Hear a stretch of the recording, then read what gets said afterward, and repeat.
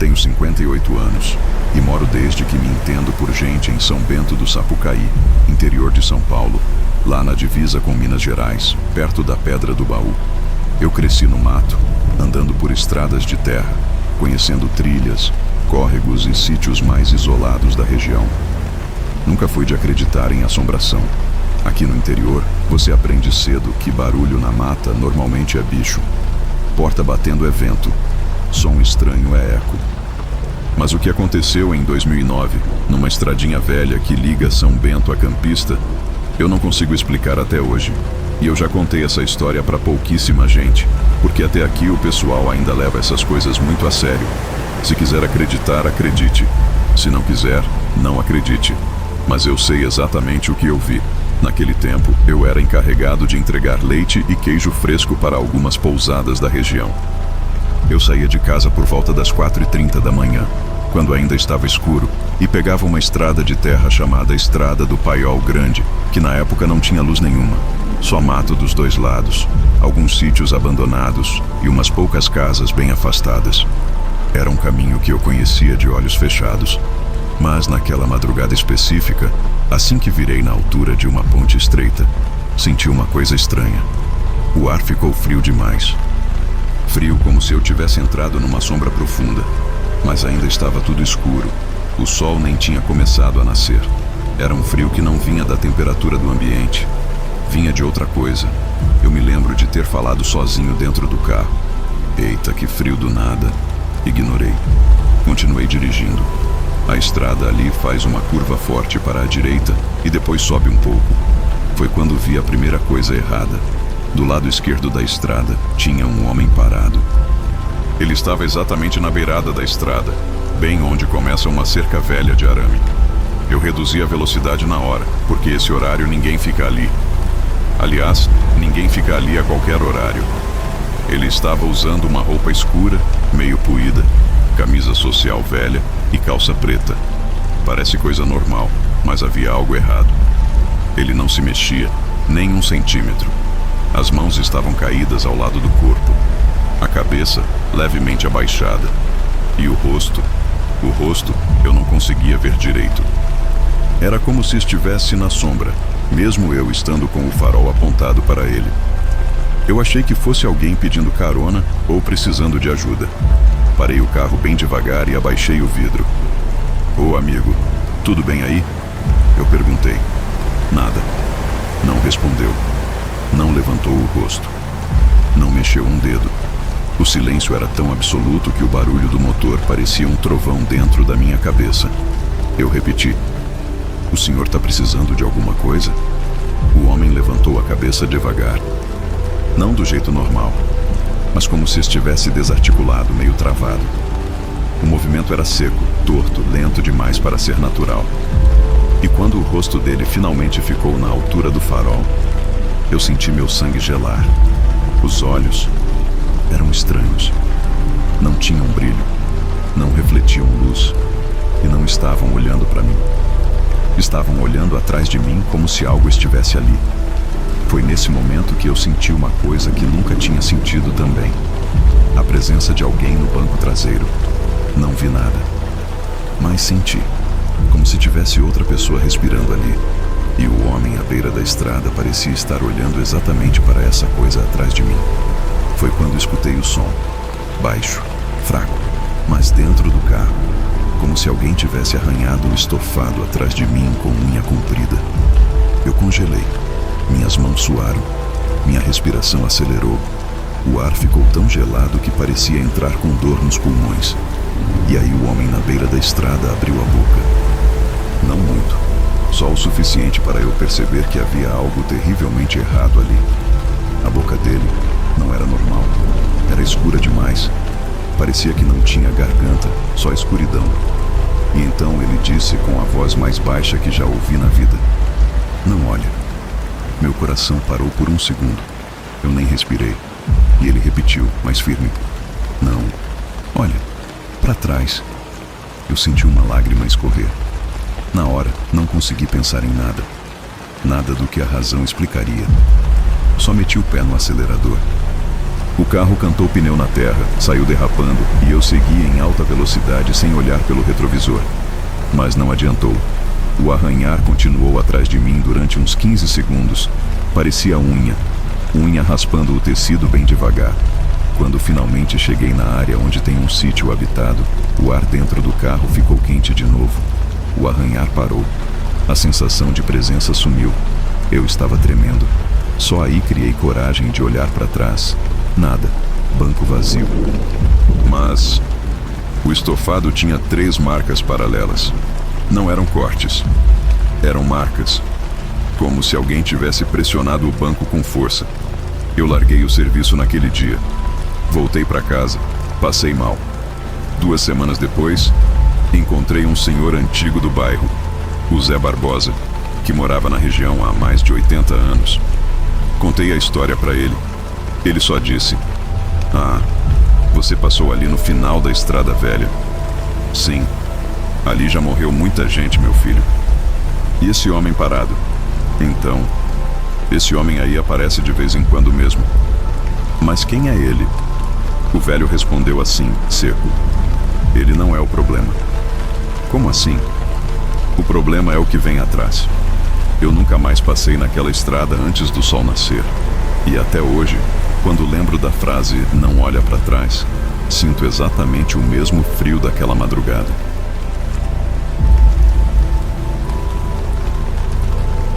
Meu nome é Mariane Lopes. Tenho 33 anos. Sou agricultora e moro desde que nasci na zona rural de Pedro II, no Piauí, numa região que o povo daqui chama de Estrada dos Costas, um trecho de estrada de chão que liga algumas pequenas comunidades aos povoados maiores. É um lugar bonito, tranquilo, de gente simples, mas também é um daqueles cantos onde, se você parar para escutar a mata à noite, vai ouvir coisa que prefere fingir que não ouviu. Aqui no interior, a gente não fala assombração. A gente fala caso. E o caso que vou contar aconteceu comigo em 2018, numa noite que eu gostaria de apagar da memória, mas que nunca mais saiu da minha cabeça. Eu vi aquela mulher. E o pior é que ela sabia meu nome. Naquele ano, eu ajudava meu pai na roça. A gente saía cedo e voltava tarde. Mas naquela noite demoramos mais do que o normal, porque começou a chover do nada. E aqui, quando chove, vira um lamaçal. A gente deixou o trator num galpão e eu decidi voltar para casa a pé. Dava uns 20 minutos de caminhada pela Estrada dos Costas. Normalmente eu não tinha medo. Era a estrada da minha vida inteira. Mas naquela noite estava diferente. A chuva tinha parado, mas o ar estava pesado, úmido, e o cheiro de mato molhado estava mais forte que o normal. A única luz era a da lanterna do meu celular. Eu estava caminhando há uns 10 minutos quando vi, lá na frente, uma pessoa no meio da estrada. Uma mulher. Sozinha. Parada. Com o corpo virado para mim. Eu não conseguia ver o rosto porque a iluminação do celular era fraca. E ela estava coberta por um vestido comprido, quase chegando no chão. Parei imediatamente. Eu nunca tinha visto aquela mulher na região. E aqui todo mundo conhece todo mundo. Pensei que fosse alguém de outra comunidade, mas tinha algo errado. Porque mesmo parada, o vestido dela não balançava. Nenhum movimento. E o vento estava forte. Continuei andando devagar, sem tirar os olhos dela. A cada passo, meu coração parecia bater mais alto. Faltando uns 15 metros, percebi a segunda coisa errada. A mulher estava descalça, e o barro chegava quase no tornozelo. Mas os pés dela estavam limpos. Sem barro, sem sujeira. Impossível. Quando cheguei a uns 8 metros de distância, ela começou a se mover. Não andou. Não virou o corpo. Apenas levantou o rosto. O movimento foi lento. Muito lento. Como quem acorda depois de anos dormindo. Iluminei com o celular. E aí eu vi o rosto dela. Pálido. Muito pálido. Os olhos abertos demais. A boca cerrada. Tensa. Eu gelei. Ela me encarava como se já soubesse quem eu era. Foi então que ela disse, com a voz mais estranha que já ouvi na vida: "Mariane." Eu senti minhas pernas quase fraquejarem. Como ela sabia meu nome? "Quem é você?" Eu perguntei quase sem voz. Ela inclinou a cabeça para o lado, devagar, como se o pescoço estivesse enferrujado, e repetiu: "Mari, A voz era lenta, como se estivesse aprendendo a falar. Cada sílaba parecia arrastada, falhada. Eu comecei a recuar. A mulher deu um passo na minha direção. Mas não foi um passo normal. O movimento do corpo dela era estranho. As pernas dobravam menos do que deveriam. Parecia travada. O vestido continuava sem balançar. Nem um pouquinho. Como se estivesse pesado demais. Ou molhado por dentro. Meu coração batia tão forte que eu pensei que fosse desmaiar. Foi então que ela fez o movimento que me tirou o sono por meses. A mulher levantou o braço, com o cotovelo rígido demais, e apontou para mim. Mas o dedo não apontava na direção certa. Ele estava virado para baixo, como se a articulação estivesse ao contrário. E ela disse com a voz rasgada: "Volta. Não, segue." Eu não sabia se ela estava me avisando ou me ameaçando. Só sabia que aquela não era uma mulher normal. Dei mais um passo para trás. E aí notei outra coisa horrível. Ela não tinha sombra. A lanterna iluminava diretamente nela. A estrada brilhava atrás. Mas não havia sombra saindo dos pés dela. Eu travei. Não conseguia respirar direito. A mulher começou a se aproximar mais. Um passo, depois outro, depois outro. Os pés dela não afundavam no barro. E então, quando estava a uns 5 metros de mim, ela parou. O pescoço dela estalou, tec, e a cabeça tombou para o lado num ângulo impossível. A voz veio mais forte. "Volta! Agora!" Eu não pensei. Eu só corri. Corri como nunca na minha vida. A estrada parecia interminável. O som dos meus passos marcava o ritmo do meu desespero. Quando cheguei na minha casa, bati a porta, fechei tudo, sentei no chão e chorei sem vergonha. No dia seguinte, contei para o meu pai. Ele ficou branco e disse: "Você encontrou a mulher da estrada dos Costas." "Quem?" "Tem gente que vê. Nem todo mundo, mas tem. Ela aparece quando alguém tá indo por caminho errado." "Caminho errado como?" Ele suspirou. "Não sei, Mariane, mas todo mundo que vê ela nunca mais anda por aquela estrada sozinha à noite." Mas por que ela me chamou pelo nome? Porque ela não aparece para qualquer pessoa. Isso me arrepiou. Até hoje não entendo o que aconteceu. Nunca mais voltei pela estrada dos Costas depois do pôr do sol. E até agora, às vezes, quando a noite está muito silenciosa, eu escuto minha mãe dizer: "Fecha a porta, menina. Vai que ela passa." E eu fecho. Porque sei que, se ela passar, não quero ouvir meu nome de novo naquela voz arrastada.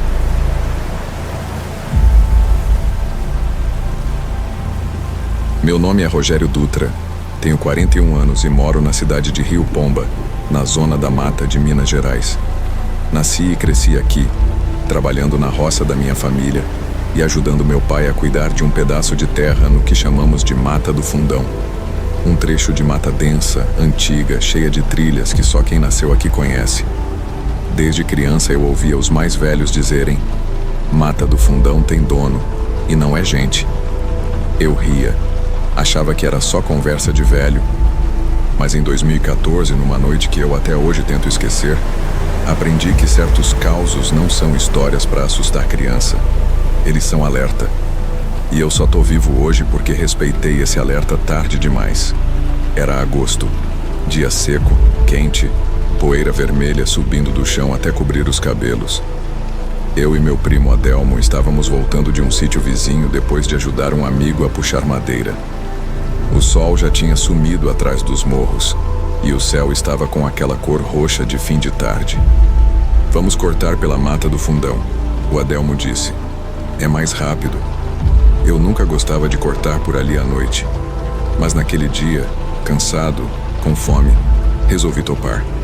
Entramos na mata pela trilha velha, que passa perto de um córrego estreito. Era um caminho que eu conhecia bem, mas naquela noite, assim que demos os primeiros 30 passos, o mato ficou silencioso demais. Nada de grilo, nada de sapo, nada de pássaro voltando pro ninho. Silêncio seco, pesado, do tipo que parece avisar: "Volta." Eu parei. "Adelmo, escuta isso." "O quê? Tá percebendo que não tem nada cantando?" Ele riu, mas o riso saiu meio fraco. "Ah, Rogério, besteira sua." Continuamos. A mata parecia mais escura do que o normal. As sombras estavam mais compridas. O ar estava parado, como se não tivesse vento ali dentro. E foi aí que ouvimos o primeiro estalo. Um galho quebrando. Não perto, mas lá no fundo da mata.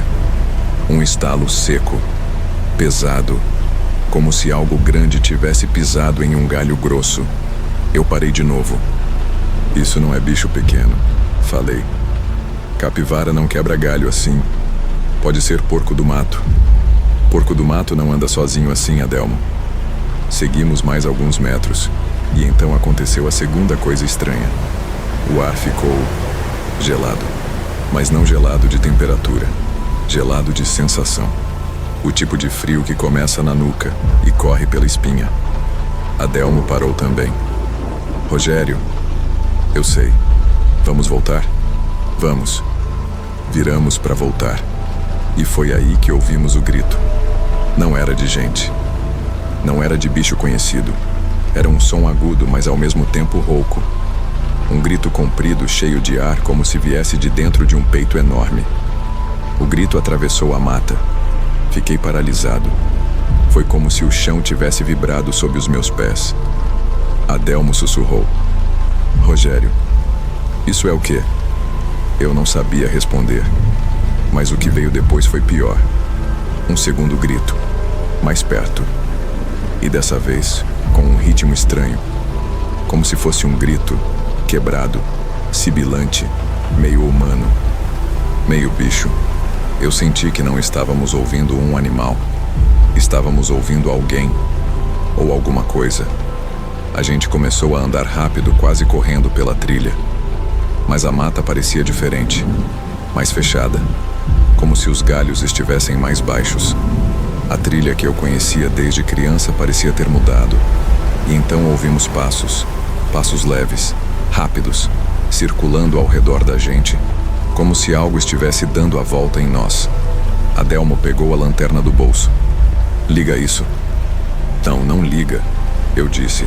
Vai chamar atenção. Rogério, tem alguma coisa seguindo a gente. Eu tô ouvindo. Foi então que senti, pela primeira vez na minha vida, a sensação de ser observado por um olhar que não era humano. Era como se a mata inteira estivesse olhando. Como se a coisa respirasse dentro das árvores. E então, bem ao lado da trilha, quase no nível do chão, ouvimos outra coisa. Um risinho. Baixo, infantil, fino, mas cheio de malícia. Um risinho que não era de criança. Naquele momento, Adelmo ligou a lanterna. O feixe iluminou rápido os arbustos. E vimos duas pernas pequenas, magras, dobradas, grudadas no chão. Mas não havia corpo em cima delas. Era como se a criatura estivesse se escondendo atrás de uma árvore, esperando a gente passar. Mas o ângulo das pernas era impossível. Parecia que a criatura estava agachada no tronco como um animal grudado na madeira. E então, antes que alguém pudesse reagir, ouvimos uma voz fina, arrastada. Não vai por aí. Não. Eu quase derrubei a lanterna da mão. A voz vinha de cima, de algum ponto alto da árvore, mas não havia ninguém lá. Adelmo agarrou meu braço. Rogério, corre. E corremos. Corremos como dois meninos fugindo de castigo. Os passos atrás da gente eram rápidos demais, leves demais, como se a criatura estivesse pulando entre troncos. E o que era mais assustador, o risinho seguia a gente. Sempre do lado, sempre perto, sempre à mesma distância. Até que a mata clareou e vimos a cerca da saída da trilha. Pulamos por cima e só paramos quando chegamos na estrada principal. O ar voltou ao normal. Os grilos voltaram a cantar. E o silêncio sumiu. No outro dia, contei o que aconteceu para o velho seu Ramiro, um homem que conhece a Mata do Fundão melhor do que qualquer um. Ele só disse: vocês ouviram a caipora? A caipora existe mesmo, seu Ramiro? Existe o que a mata deixa existir. Que vocês entraram no pedaço dela na hora errada. E aquele risinho, a caipora avisa antes de pegar. Vocês foram avisados. Obedeceram? Tentamos. Então por isso estão vivos. Eu não sei se era caipora, espírito, assombração ou animal. Só sei que desde aquela noite nunca mais entrei na mata do fundão depois do pôr do sol. Porque quando a mata fica silenciosa, tem coisa lá dentro que acorda. E quando acorda, chama.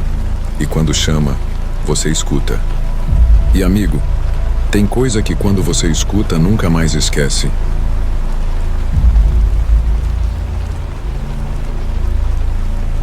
Meu nome é Thelma Guedes, tenho 52 anos. Sou nascida e criada em Santo Antônio da Alegria, cidade pequena entre São Paulo e Minas, a uns 300 quilômetros da capital. A vida inteira eu morei na zona rural, mais precisamente no bairro do Capão Fundo, área de sítios, café, gado e muito mato. Quem é daqui conhece cada curva da estrada, cada porteira, cada poço velho. Mas tem um lugar que quase ninguém tem coragem de entrar. O sítio abandonado da família Arcanjo. Fica no alto de uma colina, com vista para os cafezais. A casa está de pé ainda, mas apodrecendo. E todo mundo daqui conhece um ou outro causo daquele lugar. Eu sempre tive curiosidade. Mas em 2011, uma coisa aconteceu comigo ali que fez minha curiosidade morrer de vez. A história é essa. Naquele ano, meu marido estava viajando a trabalho. Eu fiquei uns dias sozinha em casa, cuidando das galinhas e da horta. Uma noite, por volta das 19h, o seu Eurico, nosso vizinho mais idoso, bateu lá dizendo que tinha ouvido barulho vindo da região do Capão Fundo. Teve gente que viu luz no sítio dos Arcanjo. Melhor alguém ir conferir.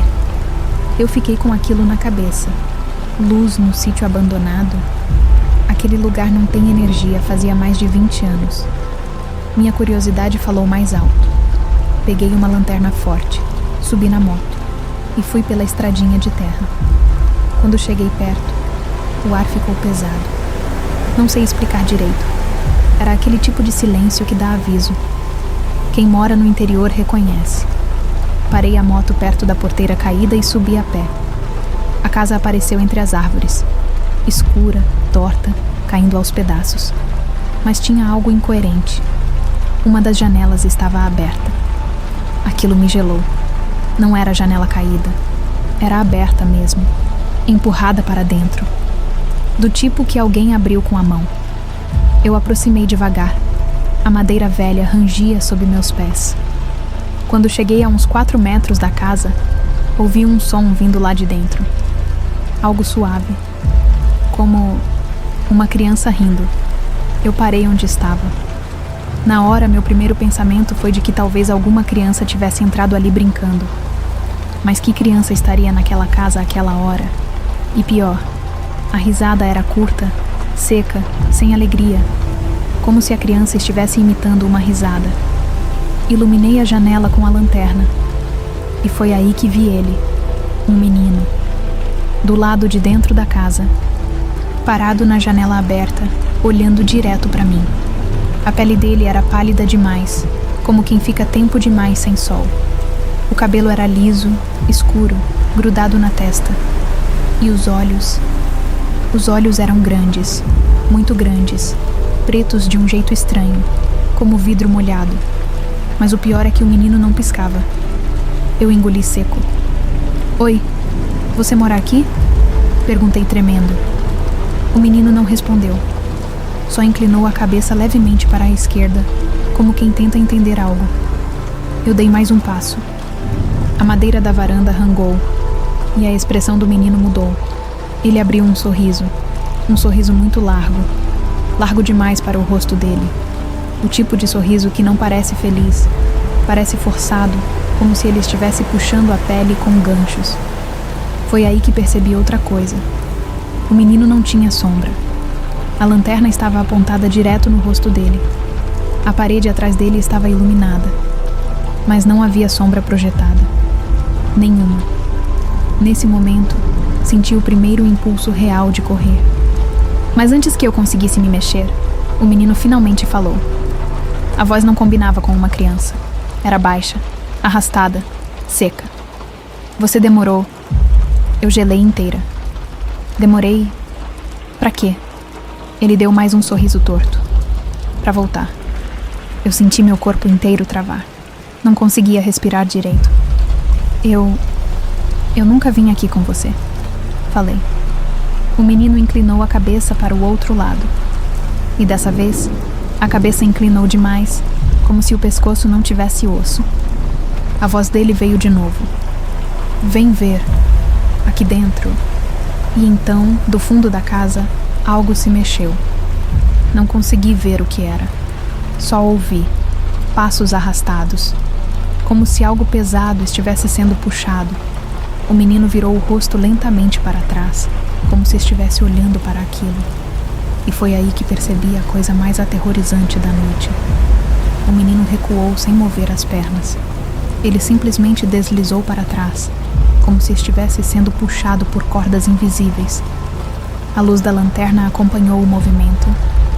E por um segundo, vi algo atrás dele. Não sei descrever. Só vi duas mãos pálidas, muito grandes, segurando os ombros do menino por trás. E as mãos não eram de adulto normal. Eram longas, finas, com dedos intermináveis. Eu deixei escapar um grito. Na mesma hora virei e corri como nunca na minha vida. Corri tropeçando, gritando, sem olhar para trás. Cheguei na moto e quase caí tentando subir nela. Quando liguei e acelerei, ouvi um som vindo da casa. Um estalo seco, como madeira quebrando. E depois, a risada. Aquela risadinha curta, falsa, imitada. Como se alguém estivesse rindo na minha direção. No outro dia, fui contar para o seu Eurico. Ele não pareceu surpreso. Thelma, a família Arcanjo perdeu um menino ali. Perdeu... Como? Ele sumiu. Nunca acharam. Mas o que era aquilo segurando ele? O velho só respondeu. Naquele sítio, Thelma, o que entra nunca entra sozinho. Eu nunca mais cheguei perto daquela casa. E até hoje, quando passo longe do Capão Fundo e vejo a janela do sítio entre as árvores, eu tenho certeza absoluta que ela continua aberta, como se esperasse alguém voltar. E eu rezo todos os dias para nunca mais ouvir aquela risada.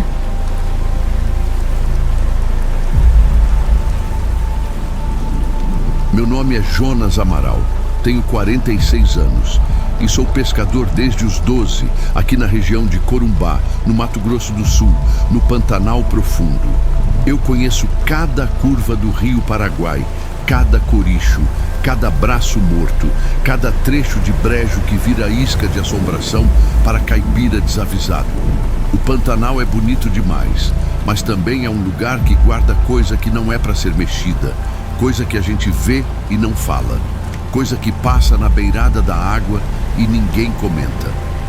Mas o que eu vi em outubro de 2019, na Serra do Amolar, é impossível guardar só para mim. Foi na região do Brejo do Carandazal, um lugar onde até os bichos evitam entrar quando a noite cai. E agora você vai saber por quê. Nessa época do ano, as águas ainda estavam baixas. Eu e meu irmão Rafael tínhamos ido de bote até o Carandazal para verificar uns pontos de isca. Era final de tarde. O céu estava laranja, os tuiuius voltando para os ninhos e o calor começando a aliviar. Tudo normal. Mas quando atravessamos uma parte mais funda do brejo, Rafael colocou a mão no meu ombro. Jonas, você está sentindo isso? Eu estava. O cheiro era diferente de qualquer cheiro do Pantanal. E o Pantanal tem cheiro forte de bicho, esterco, barro, carne, folhas, tudo misturado. Mas aquele cheiro não era natural. Era um cheiro metálico, azedo, pesado. Parecia sangue velho misturado com ferrugem. O bote continuou indo devagar. Se isso for carcaça de boi, vai feder mais pra frente. Eu disse, mas sem acreditar muito nisso. O brejo estava parado, sem vento, sem som de ave, sem canto de sapo, nada. E no Pantanal, silêncio assim é raro. A gente começou a remar mais devagar. As árvores tortas da margem faziam sombras compridas na água, e o sol já estava sumindo atrás da serra. A água ficou mais escura. De repente, o bote balançou. Não muito, mas balançou como se algo grande tivesse passado por baixo. Rafael me olhou pálido. Jacaré não passa assim. eu respondi. Ele engoliu seco, eu também. Seguimos mais fundo, e então veio o primeiro som. Um estalinho, seco, como se uma raiz tivesse quebrado. Mas não era raiz. O som veio de cima. Olhei para a margem, nada. Olhei para a copa das árvores, e foi aí que percebi. Tinha coisa se movendo lá em cima. Não era bicho grande, não era ave. Era algo pesado demais para estar na copa, mas leve o suficiente para não quebrar os galhos ao se mover. E se movia rápido demais, como se escalasse troncos com facilidade. O brejo ficou mais fundo e fomos obrigados a usar remos longos. Rafael já estava suando frio. Eu tentei manter a calma, mas meu corpo inteiro estava em alerta. Foi então que vimos a primeira marca. No tronco de uma árvore baixa, quase na borda da água, havia 3 arranhões profundos, longos, paralelos. E logo abaixo deles, lama revirada, como se algo arrastasse uma perna gigantesca. Rafael sussurrou: Jonas, isso não é onça. Eu sei. Continuamos.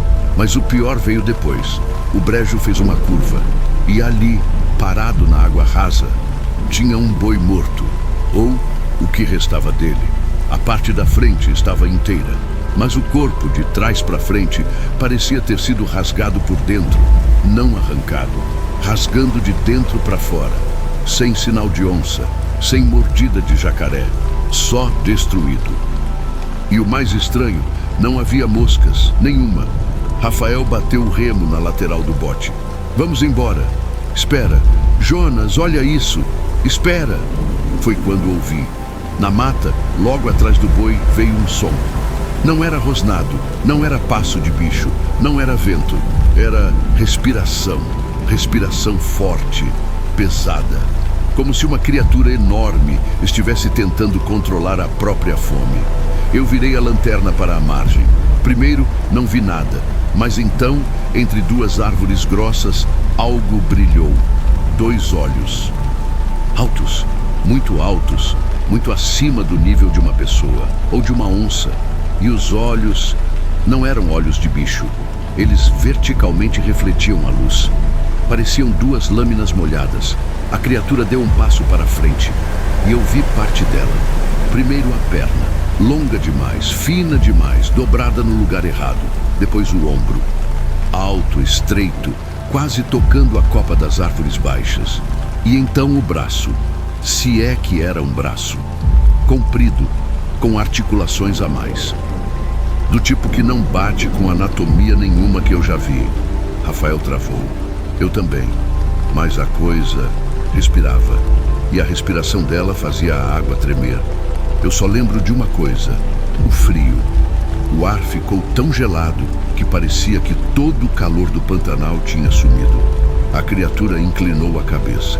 E nesse movimento, rápido demais para algo daquele tamanho, percebemos que ela estava observando a gente.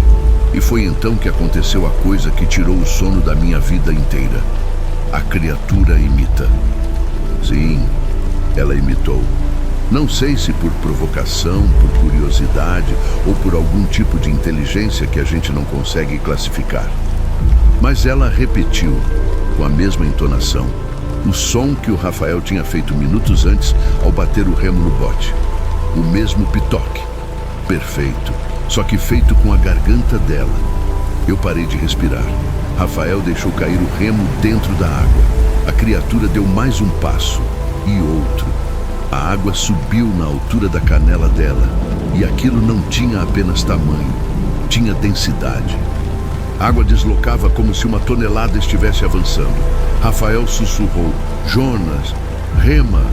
Eu não consigo. Rema agora. Ele pegou o segundo remo e começou a remar desesperado. O bote se moveu devagar, mas a criatura não avançou. Ficou parada na beira da água. E então fez outra coisa impossível. Ela inclinou o corpo, devagar, como se estivesse tentando entender o formato do bote, como se estivesse estudando. E depois, ela sorriu. Não um sorriso humano. Um sorriso que não tinha nada a ver com boca. Era um afundar das bochechas, um esticar dos músculos, um abrir de pele sem lógica. Como se estivesse tentando reproduzir um gesto que ela já tinha visto antes e não tivesse entendido completamente como faz. Nesse instante, uma onça rugiu longe. A criatura virou a cabeça para o lado e sumiu. Não correu, não pulou, sumiu, como se nunca tivesse existido.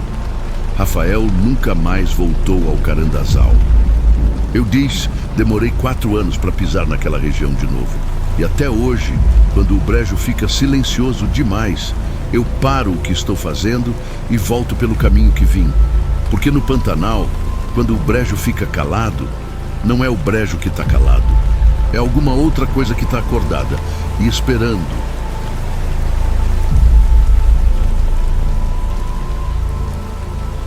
Meu nome é Isaura Marques, tenho 24 anos e moro na zona rural de Jaguaribe, no interior do Ceará.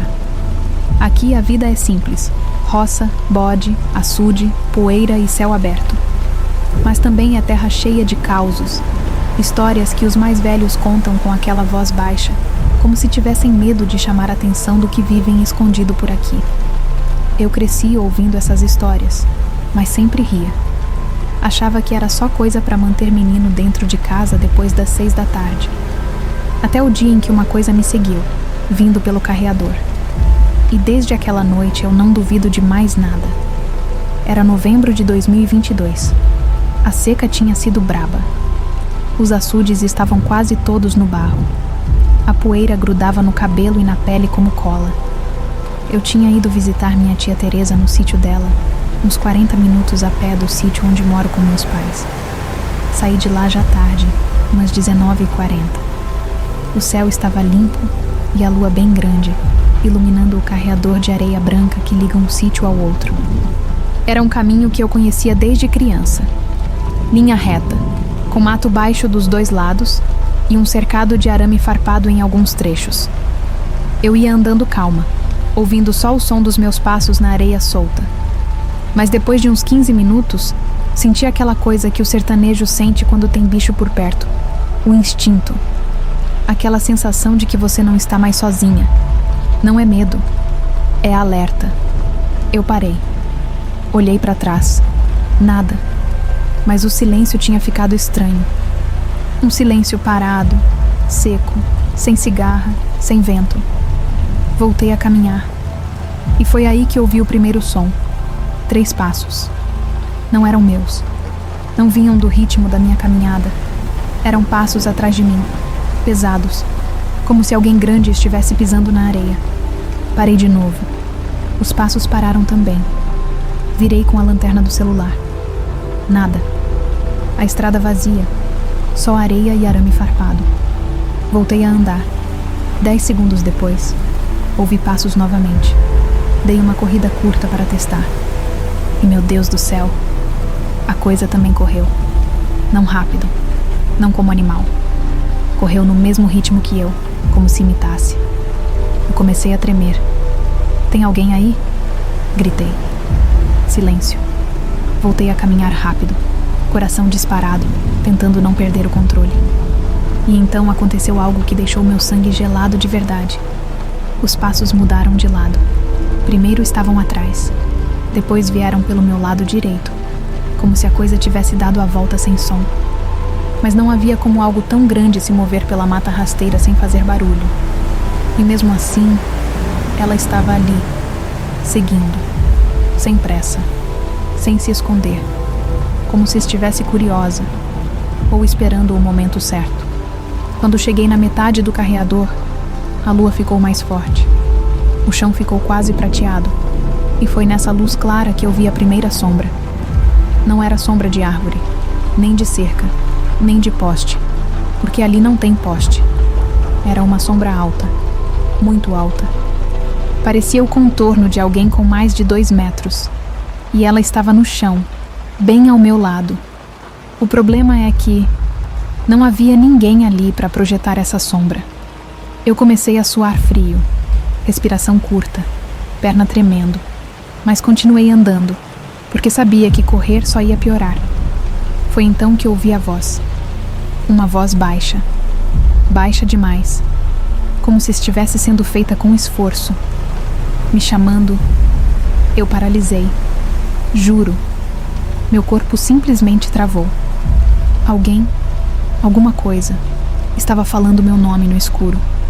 E o tom da voz não era humano. Era como se alguém estivesse tentando imitar voz humana, mas sem saber direito como usar a garganta. Eu consegui forçar as pernas a andarem de novo. A sombra se alongou no chão, e quando eu virei o rosto um pouco para o lado, eu vi, por uma fração de segundo, mas vi. Algo estava caminhando ao meu lado, a uns 8 metros de distância, no mato ralo. Não era bicho, não era gente, era alto demais. Magrérrimo, e parecia torto. Torto como se tivesse sido montado errado. Os braços eram longos, mais longos do que deveriam ser, e a cabeça ficava inclinada para a frente, como se pesasse demais para o pescoço. Eu quis correr, mas quando dei um passo para trás, a coisa deu também. Para trás, copiando, como se fosse um espelho atrasado. Meu medo virou desespero, e eu corri. Corri pelo carreador como nunca corri na vida. A coisa correu também, mas silenciosa, sem pisar na areia. Eu só ouvia a respiração dela. Aquela respiração pesada, irregular, como se a criatura tivesse o peito aberto demais. Eu já via, lá na frente, a luz fraca do lampião que o meu pai sempre deixava aceso no terreiro. E quando faltavam uns 30 metros, a coisa gritou, um grito horrível, nem de bicho, nem de gente. Um grito que parecia vir de dentro da terra e de dentro da minha cabeça ao mesmo tempo. Eu tropecei, quase caí. E então ouvi me chamar novamente. Aquilo não era pedido, era ordem. E ordem com raiva. Mas eu não obedeci. Corri o que me restava. Saltei a porteira. Entrei em casa chorando, gritando, trancando a porta. Meu pai correu para me pegar nos braços. Ele só perguntou: "Onde foi que ela te seguiu?"